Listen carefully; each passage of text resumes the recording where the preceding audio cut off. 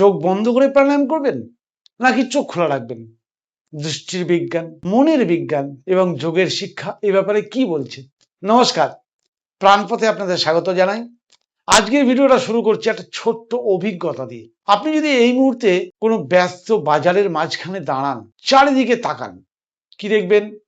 মানুষ, গাড়ি, রং, আলো, বিজ্ঞাপন, হাজার রকম দৃশ্য। এবার কল্পনা করুন তো, আপনি একই জায়গায় দাঁড়িয়ে ধীরে ধীরে চোখ বন্ধ করলেন। এক মুহূর্তে কি পৃথিবী বদলে গেল?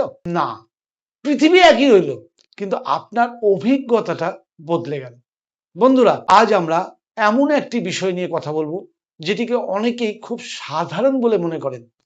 প্রাণায়ামের সময় চোখ বন্ধ রাখবো নাকি খোলা রাখবো? প্রথম শুনতে এটি খুব ছোট্ট একটা প্রশ্ন, কিন্তু এর ভিতরে লুকিয়ে আছে যোগ দর্শনের একটা গভীর শিক্ষা। গত কয়েকটি পর্বে আমরা শরীরকে প্রস্তুত করেছি, বসতে শিখেছি, শ্বাসকে পর্যবেক্ষণ করেছি, শ্বাসের ছন্দকে বুঝেছি। আজ আমরা আর একটি ধাপে এগোবো, ইন্দ্রিয়ের দিকে। একটু ভেবে দেখুন, আমরা সারাদিন সবচেয়ে বেশি কোন ইন্দ্রিয় ব্যবহার করি? চোখ। ঘুম থেকে উঠেই ফোন দেখি, রাস্তা দেখি, কম্পিউটার দেখি, টেলিভিশন দেখি, অসংখ্য ছবি, অসংখ্য তথ্য, অসংখ্য দৃশ্য আমাদের মস্তিষ্কে প্রবেশ করছে। আমরা বুঝতেও পারি না চোখ দিয়ে কত বিশাল পরিমাণ তথ্য প্রতিদিন আমাদের মধ্যে প্রবেশ করছে। এই কারণেই যোগ শাস্ত্রে একটি ধাপ আছে, প্রত্যাহার। অষ্টাঙ্গ যোগের পঞ্চম অঙ্গ। এর সহজ অর্থ হচ্ছে ইন্দ্রিয়কে জোর করে বন্ধ করা নয়, বরং প্রয়োজন হলে ধীরে ধীরে ভেতরের দিকে ফিরিয়ে আনা। আজকের আলোচনাটি সেই প্রস্তুতির শুরু। এখন প্রশ্ন হলো, প্রাণায়ামের সময় কি সব সময় চোখ বন্ধ রাখতে হবে? উত্তর, সব সময় নয়। আপনি যদি একবারে নতুন হন, চোখ বন্ধ করলেই যদি অস্বস্তি হয়, অস্থির লাগে অথবা ঘুম চলে আসে, তাহলে প্রথম দিকে চোখ আধ খোলা রেখে সামনে মাটির একটি নির্দিষ্ট বিন্দুর দিকে তাকিয়ে নরম দৃষ্টি রেখে অনুশীলন করাও একটা গ্রহণযোগ্য উপায়। আবার অনেকের ক্ষেত্রে চোখ বন্ধ করলে বাইরের দৃশ্যের বিভ্রান্তি কমে যায় এবং নিজের শ্বাসকে অনুভব করা সহজ হয়। অর্থাৎ একটি নিয়ম সবার জন্য এক, এটা কিন্তু বলা যায় না। মূল বিষয় হলো সচেতনতা। একটা ছোট্ট পরীক্ষা করি। প্রথমে চোখ খোলা রেখে 1 মিনিট স্বাভাবিক শ্বাস লক্ষ্য করুন, তারপর পুনরায় চোখ ধীরে বন্ধ করুন, আলতো করে আরো 1 মিনিট শ্বাসকে লক্ষ্য করুন। এখন নিজেকে জিজ্ঞাসা করুন, কোন অবস্থায় নিজের শ্বাসকে বেশি অনুভব করতে পারলেন? এটাই আপনার আজকের শিক্ষা। বন্ধুরা, চোখ বন্ধ করা মানেই ধ্যান নয়, আবার চোখ খোলা মানেই অমনোযোগ এটাও নয়। মন যদি ছুটে বেড়ায়, তাহলে চোখ বন্ধ থাকলেও আমরা হাজার জায়গায় ঘুরে বেড়াতে পারি। আর মন যদি শান্ত থাকে, তাহলে চোখ খোলা রেখেও সচেতন থাকা সম্ভব। যোগ আমাদের বাহ্যিক ভঙ্গির চেয়ে আভ্যন্তরীণ অবস্থাকে বেশি গুরুত্ব দেয়। আধুনিক স্নায়ুবিজ্ঞানও একটি আকর্ষণীয় বিষয়ের দিকে ইঙ্গিত করে। চোখ দিয়ে আসা তথ্য আমাদের মস্তিষ্কে, তারা বলে চোখ দিয়ে আসা তথ্য আমাদের মস্তিষ্ককে ক্রমাগত ব্যস্ত রাখে। তাই কিছু মানুষের ক্ষেত্রে চোখ বন্ধ করলে বাহ্যিক দৃশ্যের চাপ কমে যায় এবং নিজের ভেতরের অনুভূতিগুলোর দিকে মনোযোগ দেওয়া সহজ হতে পারে। তবে সবার অভিজ্ঞতা একরকম হবে এটা বলা যায় না, তাই নিজের অভিজ্ঞতাকে গুরুত্ব দিন। একটি বড় ভুল নিয়ে এখন কথা বলি।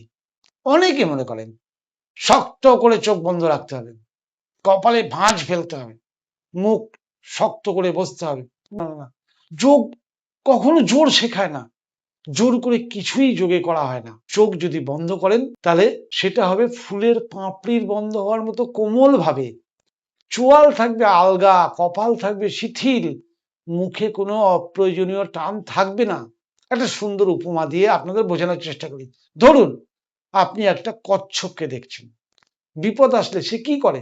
নিজের অঙ্গগুলো খোলসের ভেতরে নিয়ে আসে। সে যুদ্ধ করে না, সে কিন্তু পালায়ও না, সে নিজের কেন্দ্রে ফিরে যায়। যোগশাস্ত্রে প্রত্যাহারের ধারণাটিও অনেকটা এরকম। পৃথিবী থেকে পালানো নয়, প্রয়োজনে নিজের কেন্দ্রে ফিরে আসা।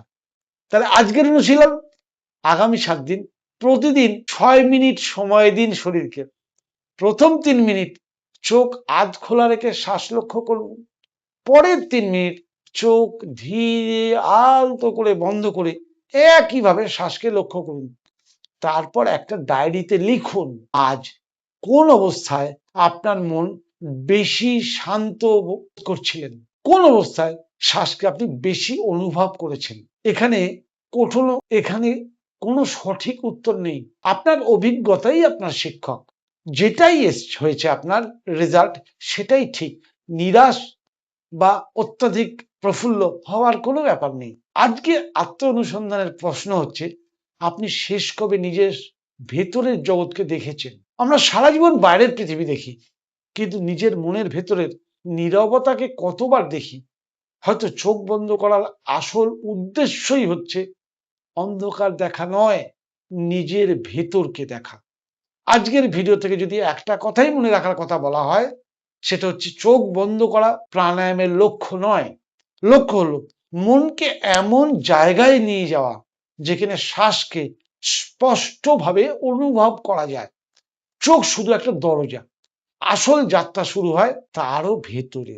পরবর্তী পর্বে আমরা এমন একটা বিষয় নিয়ে আলোচনা করব যা অধিকাংশ মানুষই কখনো লক্ষ্য করেন না। জিহ্বা। শ্বাসের ক্ষেত্রে জিহ্বা কোথায় থাকবে?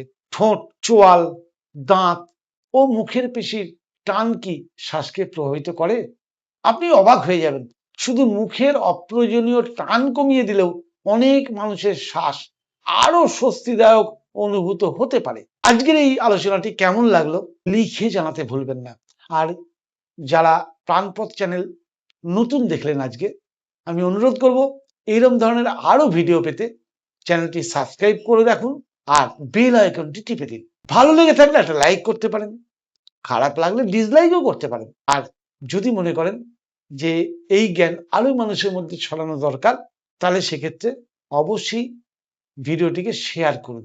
আগামী ভিডিওতে আবার দেখা হচ্ছে, সেই পর্যন্ত ভালো থাকুন, সচেতন থাকুন, আর মাঝে মাঝে চোখ বন্ধ করে শুধু পৃথিবীকে নয়, নিজেকেও দেখার চেষ্টা করুন। নমস্কার।